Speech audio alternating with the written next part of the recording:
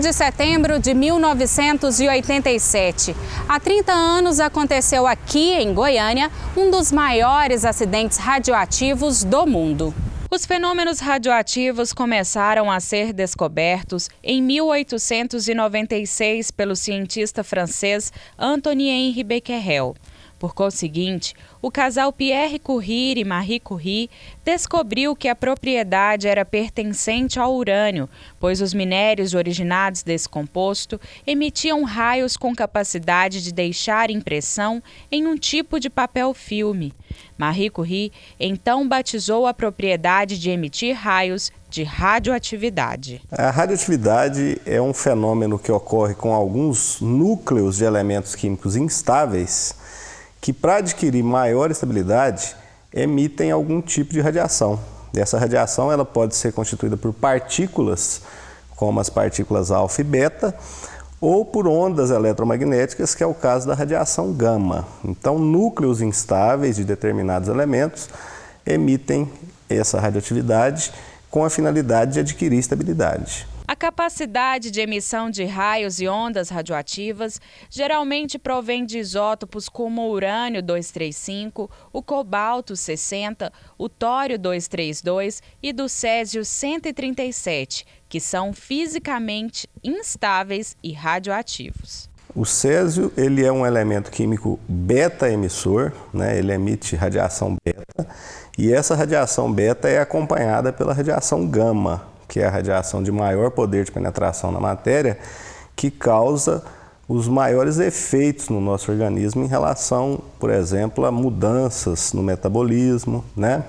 Então, a radiação gama, que é emitida pelo césio, é acompanhada pela radiação beta, e essa radiação gama que é usada em radioterapia com a finalidade de tratamento de câncer, principalmente, né? Quando a pessoa toma um contato direto com o material radioativo, ela passa também a emitir radiação.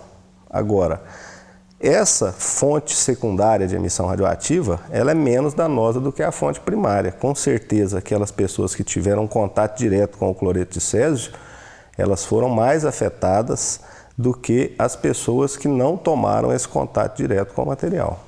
Quando a gente vai armazenar qualquer tipo de lixo radioativo, é necessário a gente armazenar isso em containers contendo concreto, né? Para evitar o vazamento da radiação. Esse concreto normalmente é revestido com chumbo, né?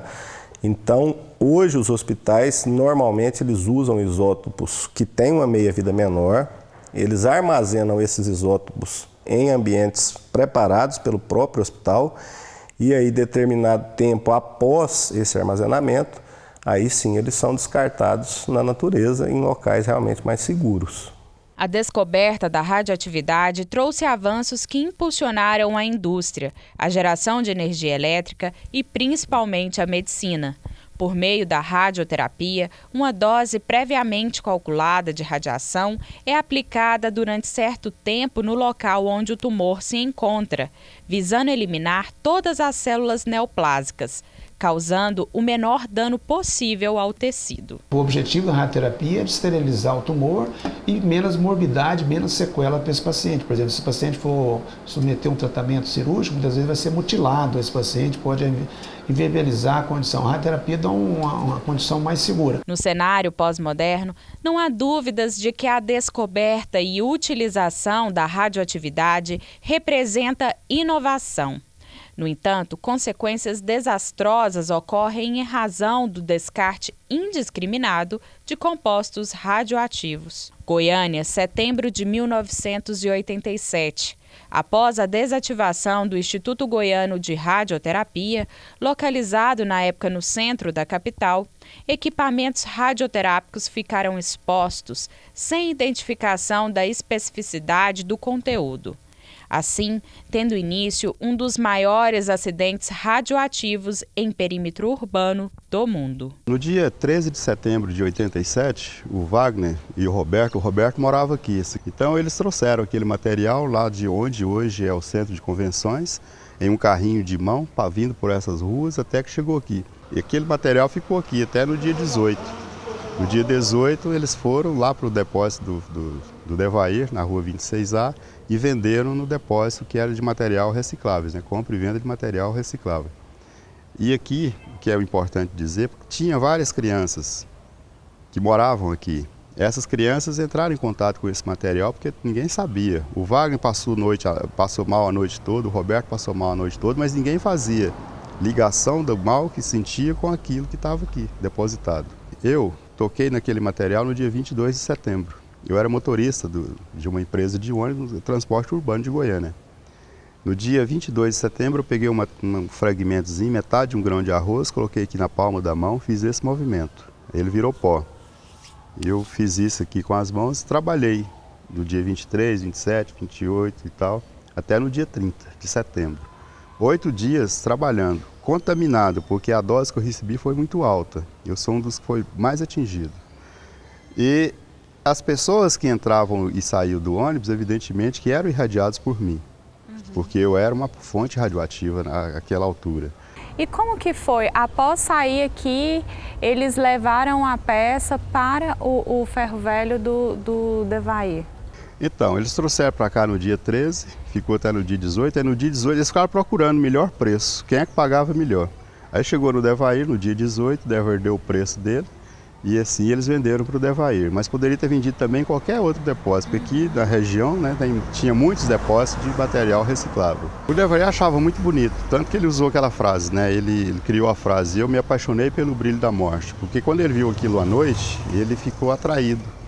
Ele disse que não tinha resistência contra aquela cor bonita, disse que era uma luz muito atraente, magnetizante, e ele se apaixonou por aquilo. Esse aqui já é um enxerto, isso aqui é pele e banha da barriga. Eu fiquei lá na Unicamp por 30 dias com a mão engessada aqui na barriga, então aí fez o implante. Mas por que a necessidade? A ferida é recidiva, então ela cicatrizava, 40, 60 dias depois ela abria um pontinho e aquilo ia abrindo, voltava a ferida normal. Então cicatrizar por mais de 2 vezes, cicatrizou e reabriu. Aí houve a necessidade de fazer algo para tapar aquilo tudo. Quando eu questionava, poxa, de 11 rádios passou para 14, depois daquele sofrimento, aí ele falava, não, de repente é outro aparelho. Gente, não é outro aparelho, era o mesmo aparelho, porque eu estou vendo, passei a noite aqui. Então os meus animais foram sacrificados, porque estavam contaminados. Inclusive, um dos animais que teve o maior índice de contaminação vivia aqui, né? Vivia aqui, exatamente. O cachorro Shake. Exatamente. Tem uma coisa que eu odeio muito, é dizer as vítimas conseguiram benefícios, conquistaram benefícios. É como se o acidente com o Césio fosse um prêmio que eu tivesse recebido. E aí com esse prêmio eu tenho direito à assistência, etc. Gente, não é isso. Eu sofri uma tragédia por incompetência deles, por falha deles. Então é um direito que eu tenho e que não foi adquirido, ele foi imposto. Eu não busquei esse direito, ele me foi imposto. Porque eu não quero que essa história acabe, eu quero que os seus netos venham conhecer o acidente com o Césio através de história, que ele possa vir aqui um dia e encontrar um acervo que está falando disso. Então eu sempre lutei por isso, e ao lutar por isso, eu aprendi a conviver com o acidente. E eu gostaria que tivesse um memorial aqui para contar nessa história, onde tivesse um acervo bonito, bem arrumadinho, organizado, onde você pudesse fazer suas pesquisas, qualquer estudante pudesse vir fazer suas pesquisas, qualquer cientista pudesse vir, pessoas do Brasil, fora do Brasil. Mas ficar desse jeito aqui é pior. Pensem nas crianças mudas telepáticas.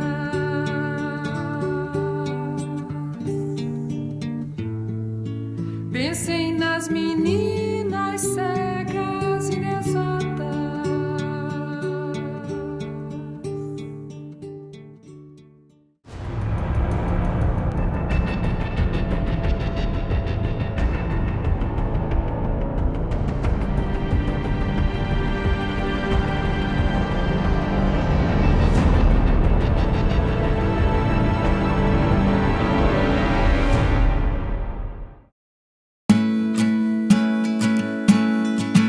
Para chegar até o Superior Tribunal de Justiça, um processo em papel leva cerca de 7 meses. Com a virtualização, os processos podem ser enviados eletronicamente em apenas alguns segundos. O que antes levava meses e muito papel, agora está a um clique. Virtualização de processos, porque ter acesso fácil e rápido à justiça é um direito seu.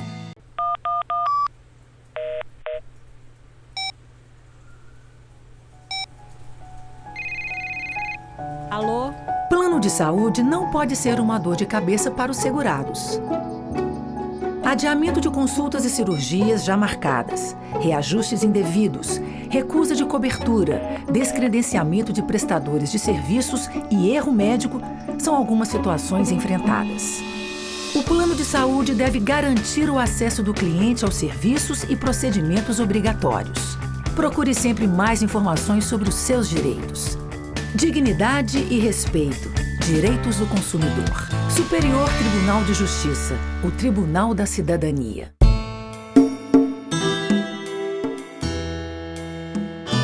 O tráfico de drogas é crime hediondo, uma ação cruel e desumana. A droga ilícita causa danos ao usuário e à sociedade. Estimula o narcotráfico e gera novos crimes.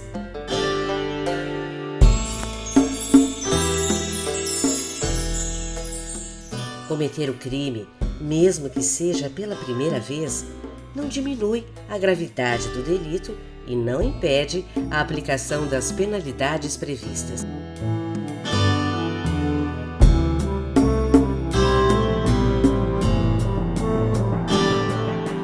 Tráfico de drogas é crime hediondo, sim. Superior Tribunal de Justiça, o Tribunal da Cidadania.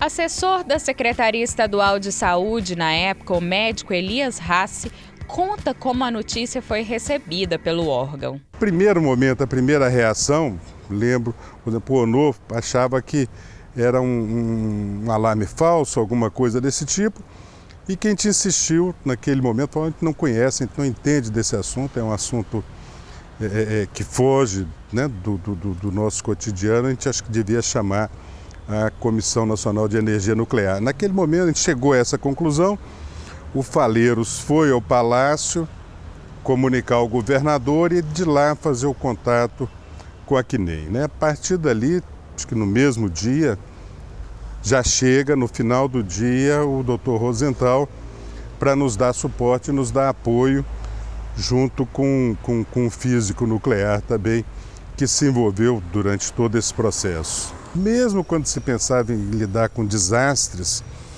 a gente pensava em desastres de outra natureza, podia ser um incêndio, podia ser uma contaminação de água, mas nunca um acidente radioativo.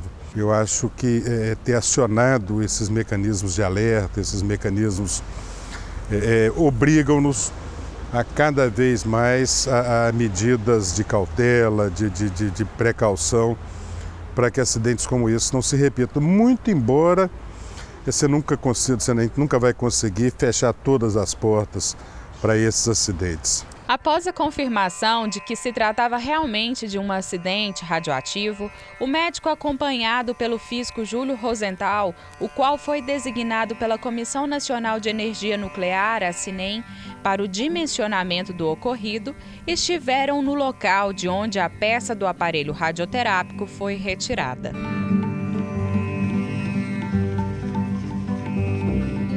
Após 30 anos do acidente, Elias Rassi, que também é professor da Universidade Federal de Goiás, conta que o acidente ainda é tema das aulas do curso de medicina. Olha, eu utilizo eventos como esse como maneira de fomentar discussões, mas principalmente de formação de um raciocínio médico, quando o aluno é de medicina, em biotecnologia, como do aluno de biotecnologia, até porque eles podem se repetir, pode ser que os objetos sejam outros, mas os efeitos na vida das pessoas, no cotidiano, na desestruturação de famílias, de sociedades, se mantém independente de quais sejam os objetos.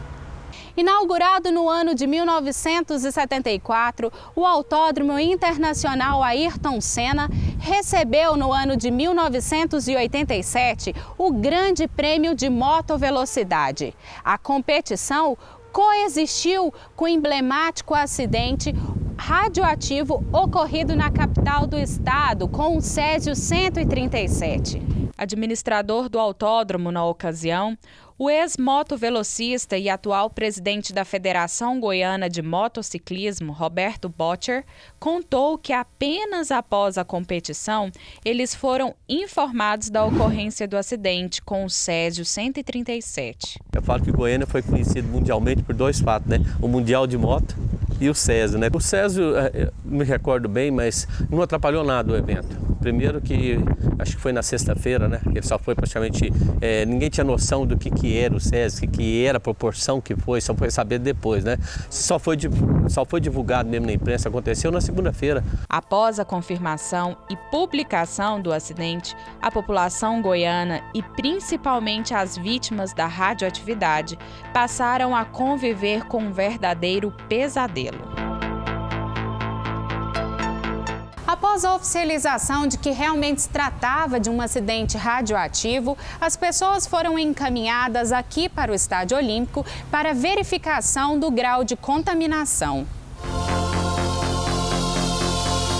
Exatamente aqui no gramado do Estádio Olímpico foram montadas tendas do Exército com equipamentos capazes de medir a intensidade da radiação das vítimas. As mais contaminadas foram encaminhadas para o Hospital Marcílio Dias, no Rio de Janeiro, e para o Hospital Geral de Goiânia.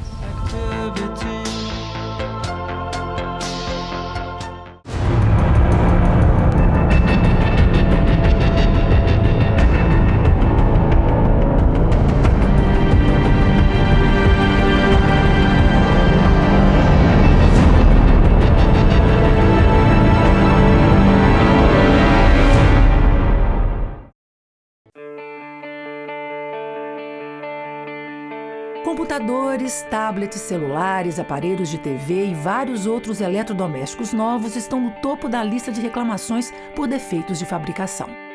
O melhor é checar a garantia e os prazos para devolução. Você tem direito até de trocar o defeituoso por um novo ou receber o dinheiro de volta. Os produtos e serviços devem ter padrão adequado de qualidade, segurança, durabilidade e desempenho. Procure sempre mais informações sobre os seus direitos. Dignidade e respeito. Direitos do consumidor. Superior Tribunal de Justiça. O Tribunal da Cidadania. Agentes políticos respondem por crimes de responsabilidade e improbidade administrativa. Quando comprovada a má-fé, a lei de improbidade pune o mau gestor, que perde a função pública e os bens adquiridos ilegalmente. Ele tem os direitos políticos suspensos, além de pagar multa e ficar proibido de receber benefícios e incentivos fiscais. As penalidades são aplicadas de acordo com a natureza, gravidade e consequências do ato. É o STJ no combate à corrupção e à impunidade. Superior Tribunal de Justiça, o Tribunal da Cidadania.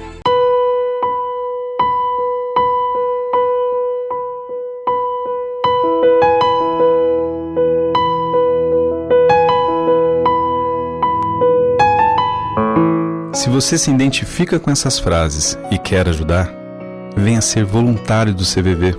Tem muita gente precisando ser ouvida. Ligue 141 ou 3223-4041 e informe-se.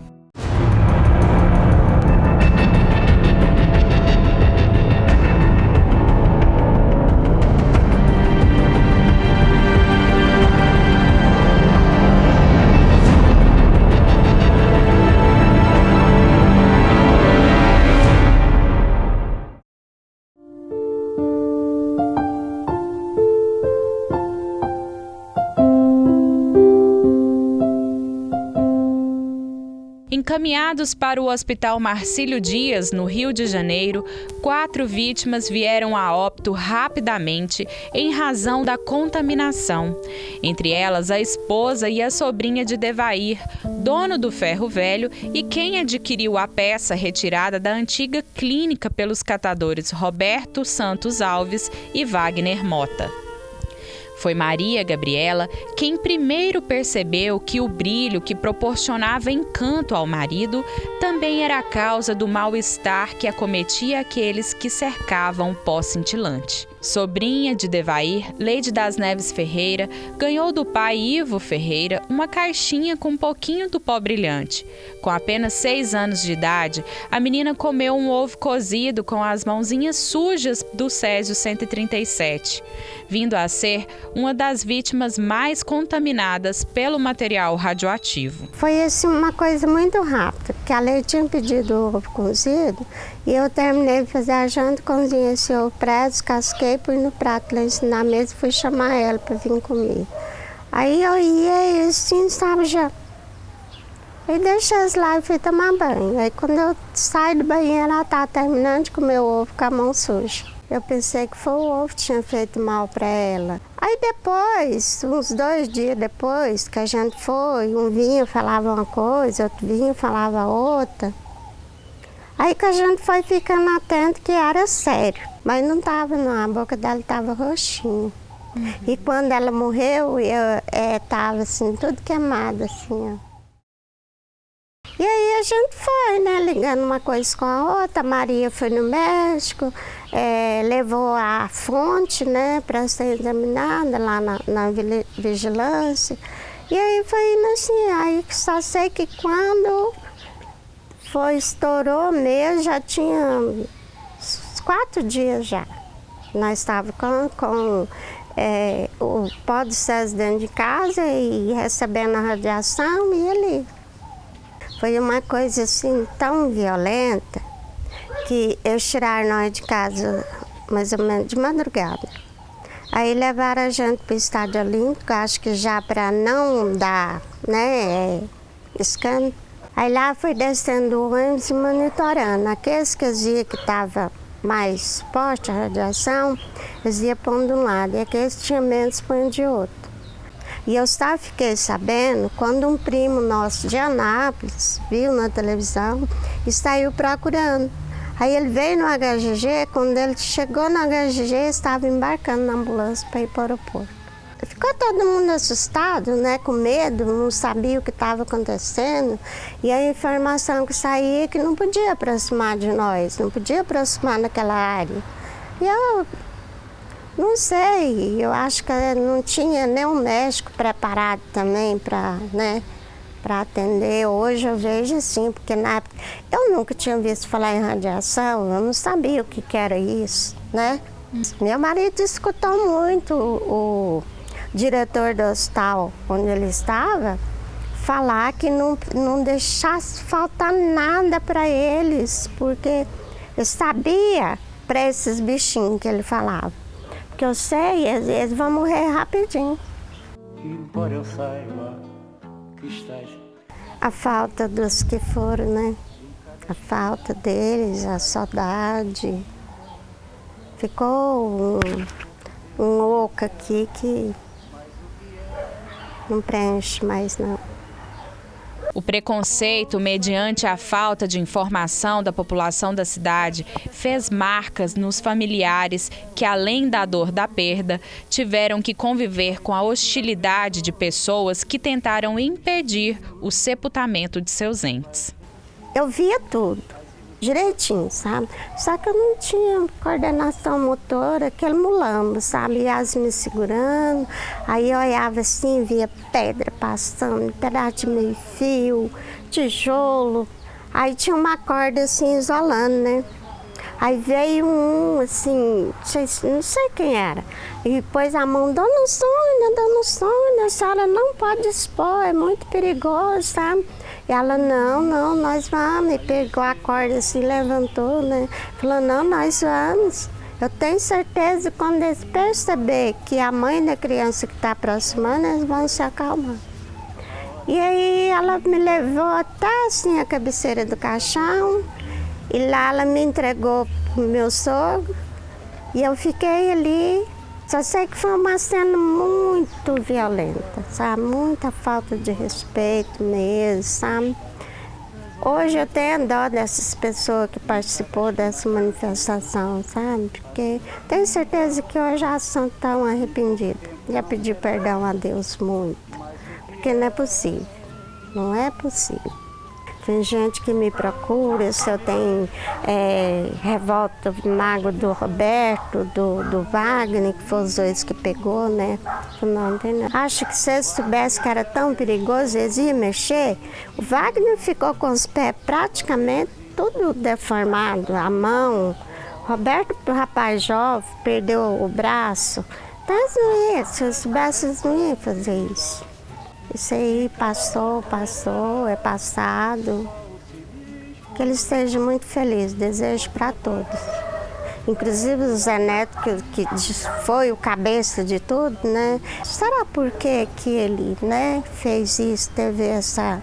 Também não sei, a informação que eu sei que foi ele que foi o cabeça, né? Eu tinha muita vontade de conversar com ele, igual a gente está conversando, não para agredir, sabe? Conversar, tirar minhas dúvidas. Né? Tanto ele como os médicos que deixou a peça lá também. Toda vez eu tinha essa curiosidade na minha mente, sabe?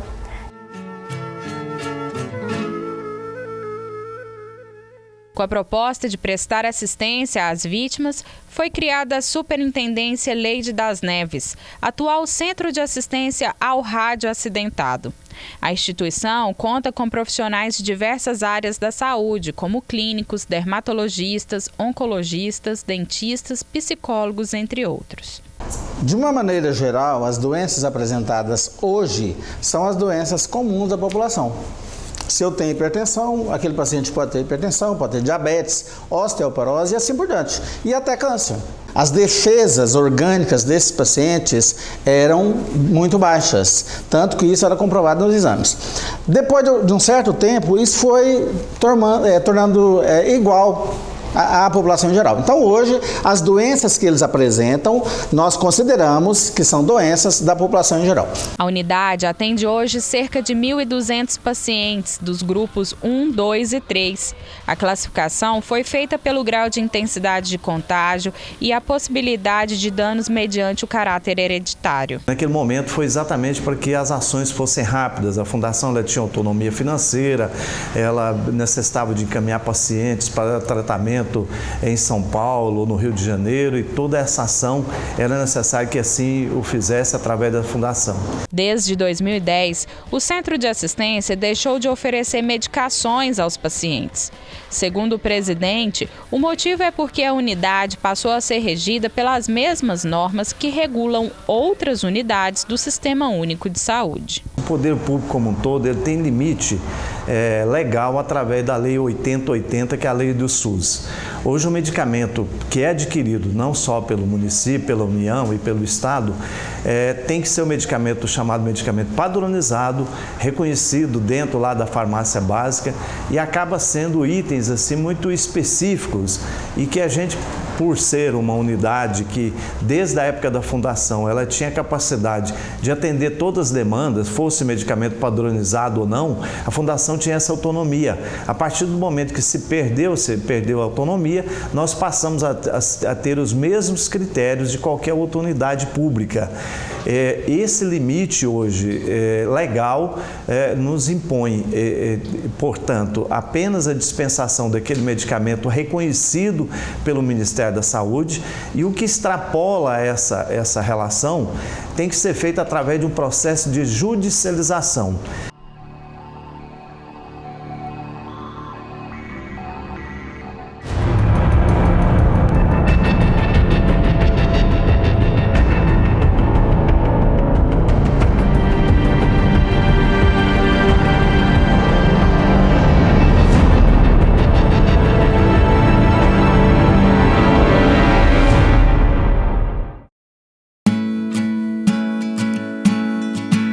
Para chegar até o Superior Tribunal de Justiça, um processo em papel leva cerca de 7 meses.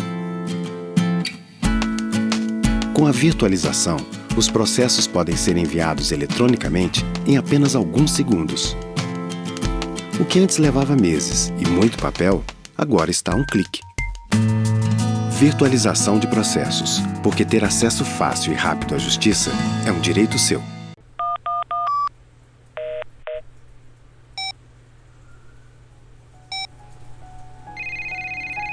Alô?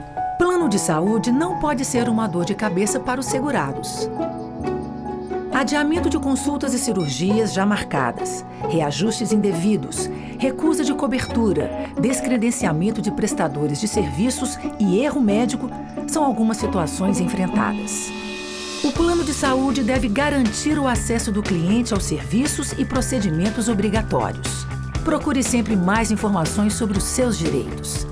Dignidade e respeito. Direitos do consumidor. Superior Tribunal de Justiça. O Tribunal da Cidadania.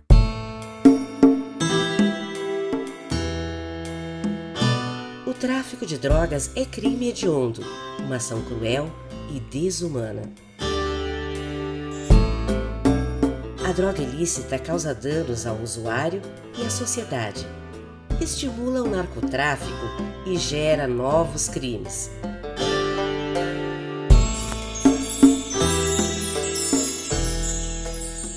Cometer o crime, mesmo que seja pela primeira vez, não diminui a gravidade do delito e não impede a aplicação das penalidades previstas.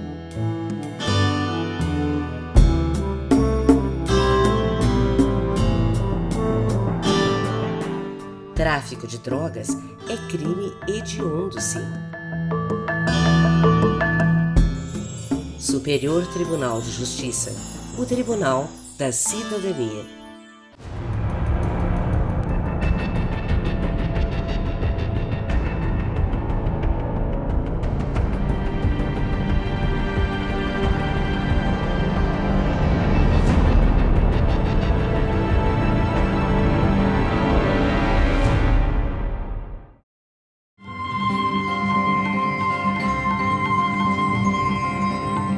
Sueli, aqui onde nós estamos foi um local onde era o local onde morava o Devair, entre outras vítimas. Morava aqui o Devair, a Maria Gabriela, o Admilson, o Israel, o Benevides, o Eterno, o Geraldo. A maioria deles morava aqui, do pessoal que mexia com reciclagem, né? Aqui mesmo, nós estamos pisando, aqui era o depósito do ferro velho dele. E no fundo era a casa. Muitas marcas ainda fazem parte da história das vítimas do acidente com o Césio 137. Mas após 30 anos, a qualidade de vida é o que os preocupam. Presidente da Associação das Vítimas, Sueli Lima afirma que o acesso às medicações é hoje uma das principais carências que os acometem, pois o que recebem das aposentadorias é insuficiente para custear os tratamentos. Tem mais de 10 anos que foi suspenso os remédios para nós, eu queria que voltasse atrás e visse, é tão pouco, não gasta nem 10 mil por mês, em vista de outras coisas que pagam por aí. Nós temos ótimos médicos na fundação, né? Sempre a gente encontra lá, porque não adianta ter um médico lá, se não tem a medicação, aí ninguém vai. Porque eles podem ir qualquer postinho, pode ir no postinho em Aparecida, que é do lado da casa deles. A gente tem medo, dentre nós que já viramos uma família, na época era 116, né? Já morreram muitos deles, né? Mas a gente tem medo de a gente saber, fulano deu isso. A gente tem medo, porque sabe que é uma doença que vai chegar. Né? A gente espera que não, mas tem gente que tem medo. A presidente da associação também solicita às entidades competentes que sejam realizados estudos mais intensificados sobre as potencialidades dos danos causados pelo Césio 137. A preocupação a motivou a confeccionar um mapa que consta os registros de casos de pacientes oncológicos nas imediações do local onde ocorreu o acidente. Ela ressaltou que os critérios utilizados não obedecem nenhum parâmetro técnico, mas que uma análise científica aprofundada poderia oferecer mais tranquilidade. Eu moro aqui, ó. Aqui é o lote do Evaí, Aí eu fui relatando ao lado onde tem os canos, tá vendo? É uma área de nem 500 metros. Tá? Eu fui esse dia eu tive reunião na saúde, eles vão fazer uma pesquisa aqui na área, vão pesquisar, né? Ver se é verdade, se está acontecendo, não sei. Eles querem fazer um estudo aqui melhor. Eu espero que venha mesmo, porque o pessoal sofre sem resposta. Eu queria que eles fizessem uma comparação, porque eu moro aqui, tem mais de 40 anos. Eu moro aqui, já tem isso tanto aqui, depois de 2004 para cá.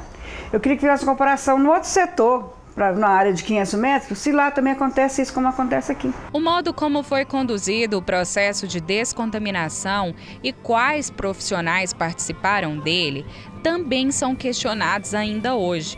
De acordo com o Ministério Público Estadual, servidores da época como bombeiros, policiais militares e funcionários do antigo CRISA foram designados para colaborarem com o trabalho.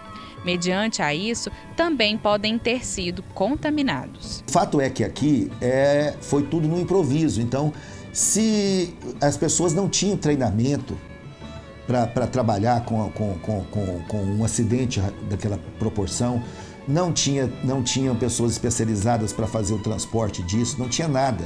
A promotoria esclareceu que o isolamento da área e a remoção dos objetos para um depósito temporário foram realizados pelos servidores.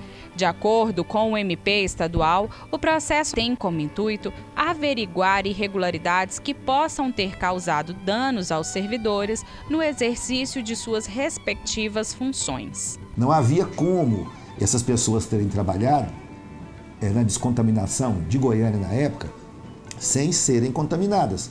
Por quê? Porque elas trabalharam quebrando paredes, carregando esse material, tirando o asfalto da rua, elas trabalharam dirigindo caminhões, o pessoal do CRISA. Então, é o que eu digo, as pessoas, os jornalistas, acreditavam quando via aquilo tudo, que se tratavam por estarem de macacão branco, que seriam técnicos altamente qualificados, na verdade. E não eram pessoas que não tinham a mínima noção do que estavam fazendo. Então, a pergunta que se faz é, e hoje, se acontecesse? Nós faríamos tudo no improviso de novo? O princípio que deve vigir, acredito eu, em política nuclear, é indúbio pró-sociedade. Na dúvida, o cidadão, a pessoa que trabalhou, é que tem que ser tutelada. A Comissão Nacional de Energia Nuclear é vinculada ao Ministério de Ciência e Tecnologia. Criada em 10 de outubro de 1956, estabelece normas e regulamentos em radioproteção e segurança nuclear no Brasil.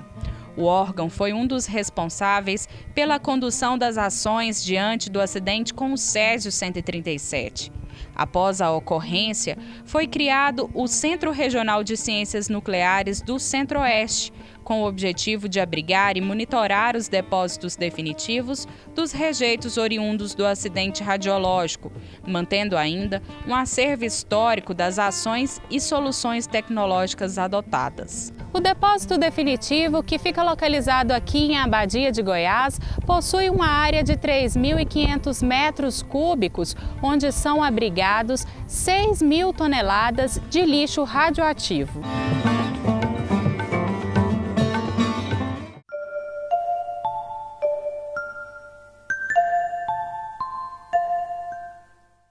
Anos, uma meia-vida, apenas 50% de decaimento do potencial radioativo. O problema maior do acidente aqui de Goiânia é que na época se usava o Césio 137, que é um material que tem uma meia-vida relativamente alta, uma meia-vida de 30 anos. Isso significa que a cada 30 anos, metade da capacidade de emissão radioativa vai diminuir, né? Então, nós estamos agora completando 30 anos e é justamente, basicamente, 50% do material radioativo deixou de emitir radiação. Então, hoje, o que os hospitais fazem? Eles usam isótopos radioativos que têm uma meia-vida menor. Então, você usa um isótopo radioativo que tem uma meia-vida, às vezes, de 5 anos, como é o caso do cobalto 60. Isótopos, às vezes, com meias-vidas ainda menores, como o iodo 131. Porque se houver novamente um vazamento de radioatividade, essa meia-vida mais curta facilita a eliminação mais rápida desse material. Então, sem dúvida nenhuma, o lixo nuclear que é gerado por qualquer fonte radioativa é um problema muito sério do ponto de vista ambiental. Trabalhar com isótopos que têm veias-vidas mais curtas faz com que a gente possa ter que armazenar esse lixo por menor tempo e, consequentemente, a gente consegue, de uma forma mais rápida, descartar esse material na natureza.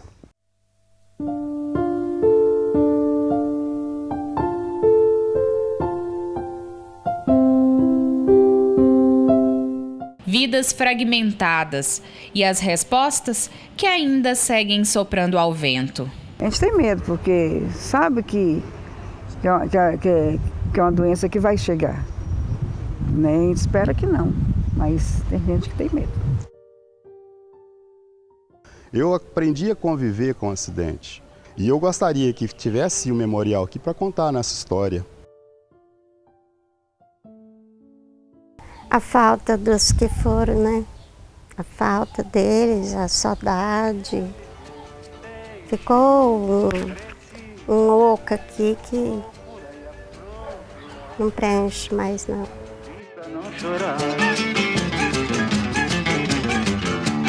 Deixe-me ir, preciso andar, vou por aí a procurar, sorrir pra não chorar.